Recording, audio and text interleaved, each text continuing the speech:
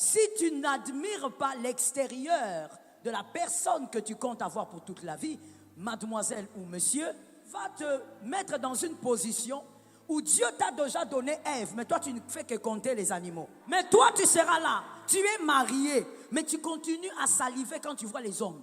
Quand les hommes passent là, le cou veut se casser. Mais tu as un mari. Tu es mariée, madame, mais tu continues à regarder les hommes d'autrui. Parce qu'au fait, toi, tu t'es mariée parce qu'à l'église, on avait dit, oui, cet homme-là, si vous êtes ensemble, vous allez bien évangéliser.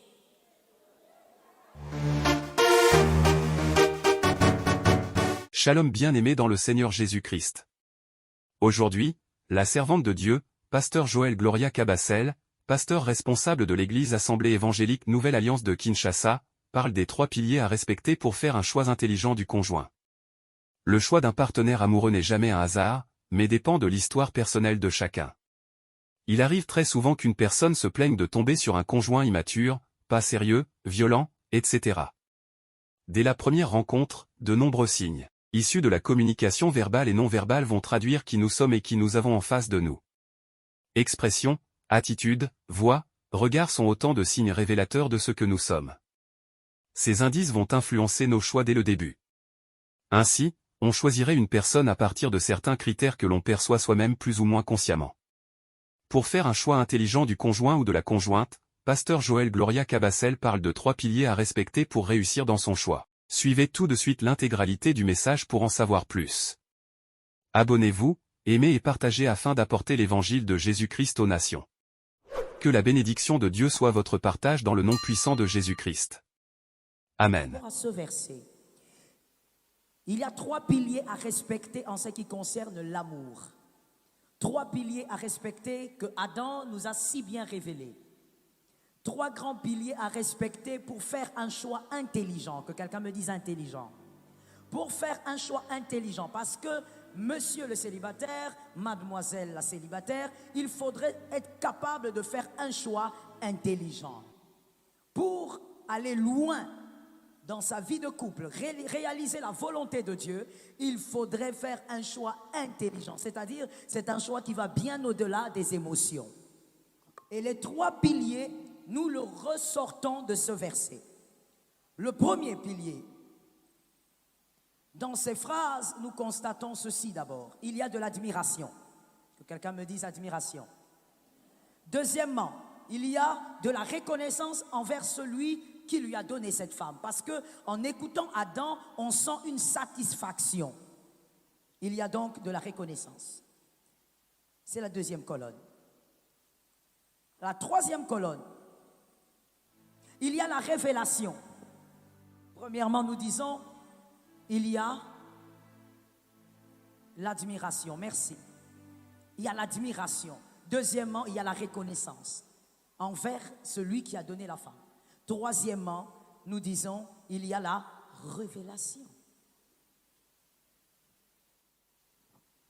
Il y a la révélation, pourquoi? Je veux expliquer d'abord la troisième colonne avant d'aller plus loin. Pourquoi il y a la révélation? Ce sont les 3 colonnes à respecter en termes d'amour. Quand on veut se lancer dans une histoire d'amour, que quelqu'un me dise histoire. Que quelqu'un me dise histoire, j'entends pas. Cette affaire d'amour est une affaire sérieuse. Cette affaire d'amour n'est pas une affaire seulement d'une balade le soir 2 à 2. Cette affaire d'amour n'est pas une affaire seulement de se mettre sous les arbres. C'est une affaire sérieuse. C'est une affaire qui va au-delà de certaines émotions. Il y a donc de l'admiration, il y a la reconnaissance et ensuite il y a la révélation. La révélation, pourquoi? Lorsque Ève se présente devant Adam, les yeux d'Adam s'ouvrent, les yeux de la révélation s'ouvrent. Je vais d'emblée dire à quelqu'un, quand tu dois entrer en amour, il faut que cet amour soit un amour qui t'ouvre les yeux. Je suis d'accord avec toi, mon frère. Il faut que cet amour t'ouvre les yeux. Est-ce que je suis en train de parler aux jeunes ici? Si je parle aux jeunes, alors ne fais pas semblant, donne-moi un amen. Voilà. Il ne faut pas faire comme si tu ne connais pas de quoi je parle. Et donc, il faut que les yeux s'ouvrent. Regarde ce qu'Adam a dit. Adam a dit, voici cette fois celle qui est os de mes os, chair de ma chair. Qui lui a dit que Ève était faite de son os? Ce n'est pas écrit. Qui lui a dit que Ève avait été créée par sa côte? Il n'y a pas un verset qui le montre. Mais Adam a eu une révélation, le voile s'est brisé parce qu'il avait rencontré la femme de son histoire. Est-ce que quelqu'un m'entend bien? Je vais directement vers ce troisième point pour dire, quand tu entres en amour, je parle d'abord des liens d'amour. Quand tu entres en amour, mon frère, il faut d'abord qu'il y ait de l'admiration pour ce que tu veux faire là. Deuxièmement, il faut qu'il y ait de la reconnaissance pour le Dieu qui t'a donné cette femme. C'est ça même le choix qui amène à l'adoration. Et troisièmement, cet amour doit t'ouvrir les yeux. Tu dois mieux voir, par la grâce de Dieu, que ça tombe sur une âme. Parlons du premier pilier en profondeur. C'était quoi le premier pilier? Merci, je sens qu'il y a l'onction à gauche. Il y a de l'admiration. Mon frère, dans l'affaire d'amour, ma sœur, quand il faut choisir un conjoint, tu dois choisir ce que tu admires. Et quand je parle de l'admiration, je suis d'abord à l'extérieur. Frère trop spirituel, je te ramène un peu sur terre. Je parle ou je laisse? Je parle ou je laisse? Je te ramène d'abord sur terre. Toi qui aimes trop l'intercession, là, tu parles beaucoup en langue là-bas. Ça, c'est pas les histoires de parler en langue. L'admiration. Adam n'a pas dit voici cette fois celle parce qu'il avait écouté l'intelligence de Ève. Adam a parlé parce que la beauté extérieure de Ève l'avait attiré. Tu ne peux pas te marier avec ce qui ne t'attire pas. On ne se marie pas par contentement. On ne se marie pas par faute de mieux. Non, parce que la femme que je voulais avoir, le genre de taille que je voulais, comme je n'ai pas trouvé, je prends même celle-ci. On n'accepte pas le contentement dans cette histoire. C'est une histoire de toute une vie. Tu ne dois pas t'engager dans une affaire où tu supportes la beauté que tu vois. Tu ne dois pas supporter, tu dois admirer. Est-ce que quelqu'un m'entend? Si tu n'admires pas l'extérieur de la personne que tu comptes avoir pour toute la vie, mademoiselle ou monsieur, tu vas te mettre dans une position où Dieu t'a déjà donné Ève, mais toi tu ne fais que compter les animaux.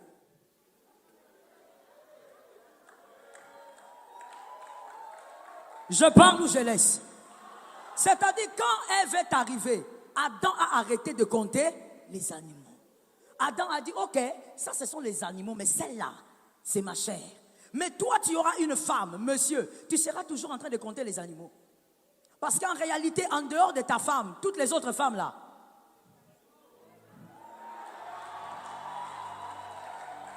mais toi, tu seras là, tu es marié, mais tu continues à saliver quand tu vois les hommes. Quand les hommes passent là, le cou veut se casser. Mais tu as un mari. Tu es mariée, madame, mais tu continues à regarder les hommes d'autrui. Parce qu'au fait, toi, tu t'es mariée parce qu'à l'église, on avait dit, oui, cet homme-là, si vous êtes ensemble, vous allez bien évangéliser.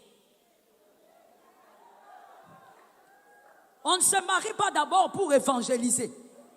Même pour évangéliser, il faut d'abord que la personne avec qui tu seras, que tu sois capable d'admirer l'extérieur. Que quelqu'un me dise extérieur. Dieu n'est pas contre l'extérieur. Il ne faut pas croire que l'onction tue la beauté. L'onction n'est pas contre la beauté. L'onction même, c'est la beauté. Est-ce que quelqu'un m'entend bien? L'onction même, c'est la beauté. La Bible parle de plusieurs hommes dans la Bible en disant qu'il était très beau. L'onction n'est pas contre la beauté. Il ne faut pas seulement te dire, non, la femme que je dois choisir doit être la meilleure chanteuse de l'église. Papa, dans le mariage, elle ne va pas te chanter des chansons. Il faut d'abord que quand toi-même tu veux sortir avec ta femme, tu es fier. Quand elle s'habille, tu la regardes, tu dis, voici cette fois celle. Tu n'es pas en train de te marier avec une femme courte alors que toi tu voulais une grande. Tu vas devenir tu vas avoir une certaine carence à un moment. Tu regardes ton mari, tu te poses la question, celui-ci je l'ai eu où? Tu commences à intercéder, Seigneur, aide-moi, donne-moi de l'amour. Oh, toi tu t'es marié, tu commences à demander à Dieu de l'amour pour ton mari. Une femme doit regarder son mari et dire, là, ça c'est mon numéro. C'est le bel homme que moi j'ai choisi. On ne peut pas, bien aimé, vivre toute une vie avec une beauté que l'on supporte. Tu es en train d'attirer le mal là où tu peux éviter le mal. On ne supporte pas une beauté, on l'admire, on l'aime, on est d'accord avec ça. Voilà pourquoi je veux dire à un frère qu'un frère me donne un amen. Ah, je n'ai pas entendu les frères, je dis qu'un frère me donne un amen. Je veux dire à un frère ceci, mon frère, On n'épouse pas une femme parce qu'elle est zélée à l'église. Non. Calme-toi. Le zèle de l'église ne sera pas quand vous serez chez vous. Et puis certaines sœurs d'ailleurs sont zélées parce qu'elles ne sont pas encore mariées. Je t'ai touché, je t'ai eu. Certaines sœurs, le zèle là, ce n'est pas le zèle, c'est le mariage. Elle est à la recherche. Quand tu vois son zèle là, c'est parce qu'elle est à la recherche. Ne va pas pointer une personne pour toute la vie. J'ai l'habitude de dire, le mariage, seul Dieu sait combien d'années vous ferez. Peut-être que vous ferez 60 ans ensemble. Peut-être 70 ans ensemble. Tu ne peux pas prendre à la légère ce genre de choses. Tu ne peux pas choisir quelqu'un par pitié. Si une personne a payé tes études, dis-lui merci papa. Je ne sais pas quoi te donner pour te remercier. Mais on n'épouse pas un homme par pitié. On n'épouse pas un homme parce qu'il a fait du bien. On n'épouse pas un homme parce qu'il a été le bailleur de fonds de ta famille. Tu dois être capable d'admirer ce que tu vas embarquer dans ta vie. Que l'Éternel t'aide. Voilà pourquoi je vais dire à une fille ici, à une jeune sœur, à une célibataire, visuel est important. Adam n'a pas attendu que Ève, comme je le disais, parle pour qu'il décide. Il a vu. Pourquoi? Parce que l'homme tel qu'il est créé, le monsieur qui est à côté de toi, qu'il soit marié ou célibataire, tel que l'homme a été créé, il est focalisé sur le visuel. C'est d'abord le visuel qui l'attire. Je dis donc à une sœur, comme je le disais, l'onction n'est pas contre la beauté. Est-ce que quelqu'un m'entend? L'attirance est importante dans le mariage. Pour faire un bon choix, tu dois d'abord être d'accord avec ce que tes yeux voient. Ce n'est pas normal que le jour de ton mariage, tu es en veste, ta femme est juste à côté. Vous êtes en train de faire des vœux pour toute la vie. Mais toi, tes yeux sont dans la salle. Tu es attiré vers une autre beauté. Ce n'est pas normal. Au nom de Jésus de Nazareth, que ça n'existe pas chez toi. N'épouse pas ce qui déplaît à tes yeux. La plupart des jeunes couples aujourd'hui, malheureusement, la plupart, j'en reçois et j'écoute des cas. La plupart des jeunes couples, je dis la plupart, ils sont dans l'adultère à outrance. Mais vous ne pourrez jamais vous imaginer. Ils ont l'air d'être heureux. Quand ils viennent à l'église, ils sont 2 à 2. On dit voilà, ils se sont mariés récemment. Mais ils sont dans l'adultère. D'autres encore sont dans la masturbation. Un homme marié, mais dans la masturbation gravement. Il n'a même pas fait 4 ans de mariage. Un autre encore, tu le verras avec des maîtresses virtuelles, surtout avec la technologie qui nous absorbe. Il a des maîtresses virtuelles. Tout ça pourquoi? Parce qu'il a épousé une femme, parce que l'église avait demandé qu'il épouse celle-là. Mais lui n'est pas attiré envers cette femme-là. Monsieur, avant d'épouser une fille, vérifie, est-ce qu'elle est attirée vers toi? Est-ce que cette femme-là aussi est attirée vers ce qu'elle voit? Est-ce que toi-même, monsieur, tu es attiré vers ce que tu vois? Fais attention. Ça détruit les familles, ça détruit les couples. Comme je le disais, on ne supporte pas une beauté. Il faut l'admirer. Le sourire là, de cette fille qui est ta fiancée, est-ce que ça te plaît? Ou quand elle sourit, ça t'énerve? Ça te rappelle des mauvais souvenirs? Juste le sourire. Quand elle sourit, ça t'énerve? Est-ce que ça te plaît? Est-ce que quand cet homme sourit, ça te plaît? Est-ce que tu es fier de sortir? Je connais une fille qui est fiancée aujourd'hui. Je ne sais même pas jusqu'où ça va aller cette histoire. Elle est fiancée avec son gars, mais elle ne sort jamais avec le gars. Le gars, il l'intéresse, il dit, écoute, on va sortir. Il dit, non, non, non, je suis occupé. Pourquoi elle ne veut pas sortir? En fait, elle a honte. Elle a honte de lui. Elle ne veut pas que ses copines voient qu'elle est avec lui. Elle a honte de lui. Elle le trouve comme elle le trouve là. Je ne veux pas décrire ici, sinon je vais choquer quelqu'un. Elle le trouve comme elle le trouve. Mais comment veux-tu épouser quelqu'un alors que dans les fiançailles, tu as honte de lui? Au fait, tu as honte de son physique. Pourquoi? J'ai l'habitude de dire ceci. Un cœur que tu n'arrives pas à aimer, laisse-le. Il y a quelqu'un qui saura aimer ce cœur-là. Est-ce que quelqu'un me capte? Donc, ce que toi, tu ne pourras pas gérer, ne force pas, mon frère. Le mariage, ce n'est pas une course. Ce n'est pas parce qu'on a béni 3 filles cette année que toi aussi cette année seulement. Le mariage n'est pas une course. Marie-toi en réfléchissant correctement. Est-ce que la personne que tu as choisie t'attire? Que Dieu nous aide. Le deuxième pilier, j'avais dit que c'était... Ah, tu me suis très bien, la reconnaissance. Vous écoutez comment est-ce qu'Adam parle, on sent de la satisfaction et il est reconnaissant envers celui qui lui a donné cette femme. C'est même ça justement l'adoration pour toute une vie. Et quand on dit l'adoration pour toute une vie, on n'est pas en train de dire que tu vas épouser l'ange Gabriel, que tu vas épouser l'ange Michel. La personne que tu vas épouser, même si on dit que c'est une très bonne femme, très bon monsieur, cette personne est imparfaite. Ça ne veut pas dire qu'il n'y aura pas d'imperfections. Il y aura des imperfections, mais vous saurez vous accorder. Tout le monde ne peut pas s'accorder avec tout le monde. Qui a entendu? Tout le monde ne peut pas s'entendre avec tout le monde. Je veux dire quelque chose, je veux que quelqu'un m'entende, que quelqu'un me dise j'écoute. Que quelqu'un me dise j'écoute. Vous savez, il y a des proximités qui créent des sourires, mais ça ne peut pas marcher dans le mariage. Je réexplique, ou je redis la phrase. Il y a des proximités qui créent le sourire, mais dans le mariage, ça ne peut pas marcher. Vous êtes ensemble dans le département de l'intercession. Supportez-moi les intercesseurs. Aujourd'hui, c'est vous. Vous êtes ensemble dans le département de l'intercession et vous semblez très bien ensemble, vous riez. Quand vous êtes ensemble, tout le monde dit « Oh là là, ils sont mignons ». Vous voyez le sourire là, c'est parce que vous n'êtes pas encore mariés. C'est parce qu'il n'y a pas la proximité du mariage. C'est parce qu'il y a une proximité de quelques heures. Mais si vous vous mariez, ça ne va pas marcher. Il y a des gens qui commettent l'erreur en disant « Nous nous entendons bien à l'église, dans la chorale ». Ah, surtout la chorale. Là-bas aussi, il y a des cas. Dans toutes les églises du monde, il y a des cas là-bas. J'ai l'habitude de dire, ils ont l'onction de David. Que Dieu vous délivre. Celui qui a entendu, a entendu. Dans la chorale. Non, vous voyez, on s'entend bien. Même quand on prie ensemble. Ce n'est pas parce que vous vous entendez bien à l'église que vous serez forcément bien mari et femme. On peut bien rire ensemble pendant des heures sans être bien ensemble pour des années. Je réponds ça pour celui qui est intelligent. On peut bien être ensemble pendant des heures, rire harmonieusement pendant des heures, mais sans être fait pour être ensemble pour des années.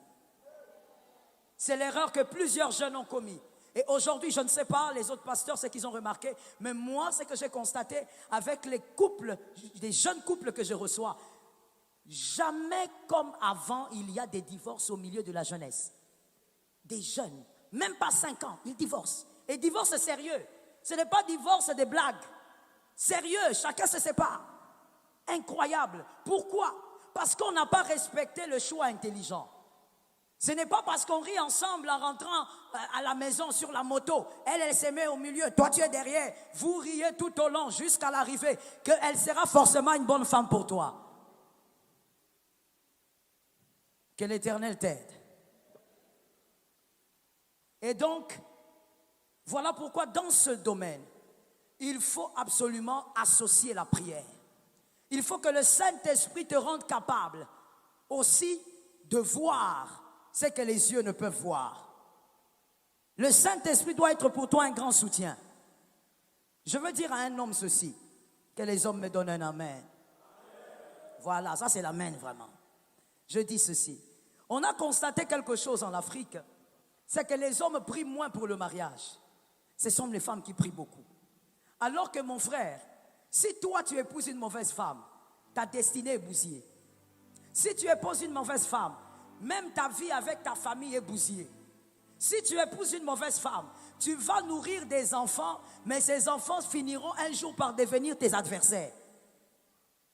Tu as beaucoup à perdre, monsieur. S'il y a quelqu'un qui doit pleurer pour le mariage, ce sont les hommes.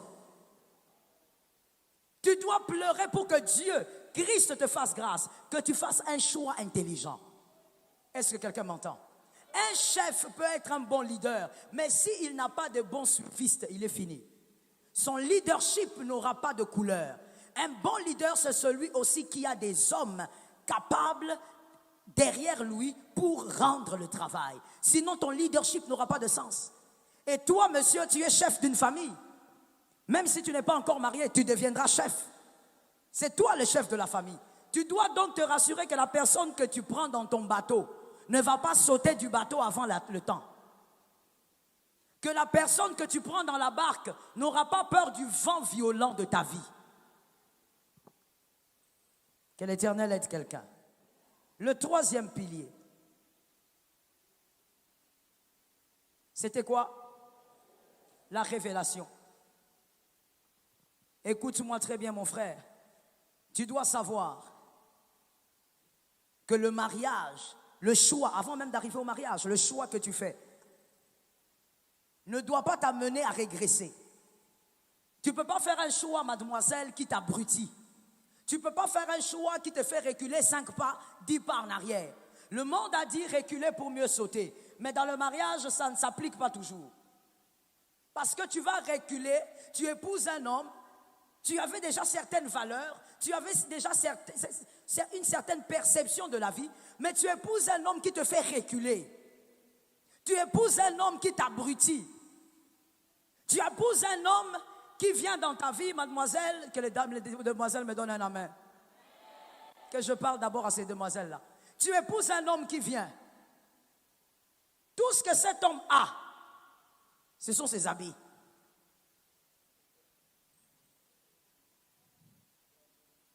Merci mon frère. Tout ce qu'il a, ce sont ses habits. Il vient dans ta vie, il sait que tu travailles. Dès qu'il arrive, il commence d'abord par tout sucer comme un sangsue. Un homme, moi je ne sais pas, que les femmes vraiment, que Dieu délivre les femmes. Toi tu es une jeune soeur, tu travailles. Le monsieur quand il vient dans ta vie, dans la drague là, que quelqu'un me dise la drague. Ah, il parle bien. Dis-moi la drague. Dans la drague là, dans le kit de drague là, le monsieur commence d'abord par te poser la question. Première question, tu t'appelles comment? Deuxième question, tu es payé combien? Hein? Ça, c'est pas la drague. Ça, c'est ce qu'on appelle un braqueur de banque. Hein? Tu connais la Casa de Papel? Hein, tu connais pas, hein? Il faut aller chercher. Ça, c'est la Casa de Papel. Il est le professeur. Il veut braquer. Donc toi, dès que tu arrives dans la vie de la pauvre fille, tu ne demandes même pas quelles sont ses ambitions de la vie. Non, tu es payé combien? J'ai appris que tu travailles à la banque. Tu es payé combien? Et quand il vient dans ta vie, c'est à lui que tu donnes le transport tous les jours. Tous les jours, tu lui donnes l'argent du Coca, Fanta pour l'université. Tu es sa fiancée ou tu es sa maman? C'est maintenant qu'il faut me dire. C'est maintenant qu'il faut me dire. Je place l'équilibre en disant, on peut aider quelqu'un, mais j'ai l'habitude de dire aux jeunes sœurs, on aide celui qui n'est pas paresseux. C'est-à-dire que on dit bien aider. Même la femme, on a dit c'est une aide. C'est-à-dire, tu rajoutes à ce qu'il y a. Toi, tu n'as rien.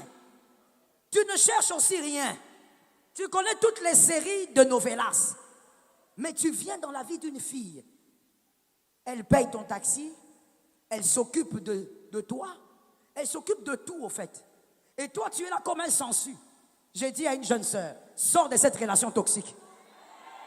Tu n'as pas dit amen alors que je sais que tu es dedans. Mais les filles sont bizarres. Et c'est comme ça que vous les verrez dans nos bureaux. Ah, pasteur, priez pour moi. Il m'a blessé. J'ai tout donné. Qui t'a dit qu'on donne tout? Un fiancé, on ne donne pas tout. Jusqu'au jour où il va te mettre l'anneau, on te bénit ici. C'est là maintenant que tu peux tout donner. C'est ton mari. Tu peux le soutenir comme tu veux. Mais un fiancé, tu donnes tout pourquoi? Une fois, il y a une soeur qui est venue comme ça pleurer au bureau. Pasteur, j'ai tout donné vraiment. Louis, pendant 3 ans, je lui ai dit, ma soeur, il faut te lever. Lève-toi, lève-toi. Maman, tu dis quoi? J'ai dit, lève-toi. Prends le mouchoir, essuie ton visage. Essuie les larmes. J'ai dit, ma soeur, tu es aventurière. Tu es aventurière. Tu n'as même pas raison de pleurer. 3 ans avec un homme. Tu dis, tu l'aides parce que tu veux qu'il devienne entrepreneur. Mais pendant 3 ans, il ne fait rien. Et toi, tu ne vois pas. J'ai dit à une fille, le code de cette année, retiens bien, mademoiselle. Quand un homme vient chez toi, tu lui demandes, tu as nommé quoi? Tu as nommé quoi? Il ne faut pas me compliquer la vie. Aujourd'hui, vous avez transformé les pasteurs, je ne sais pas, en marabout ou en quoi. Tu vas là-bas, tu te maries, tu as des problèmes difficiles. Quand tu viens, Dieu révèle que cette fille a des problèmes parce qu'elle n'a pas respecté certains principes. Quand on demande la question à la fille c'est elle-même qui s'est mariée.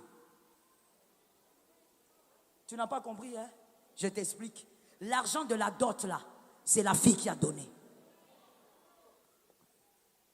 Tu dis, oh, mais tu es là. Ah, mon pasteur, moi je connais ces filles-là. Elles sont comme ça.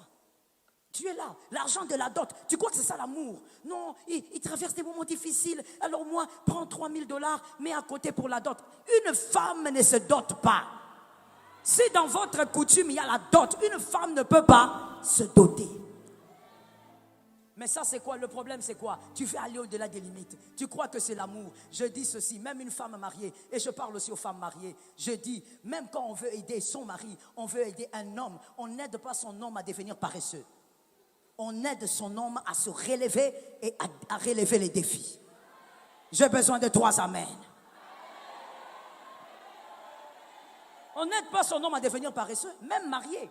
Tu es là, tu te bats et ton homme, il est seulement là. Il prend les pieds, il met sur le canapé. Il connaît tous les noms des séries, Ricardo et Levanto.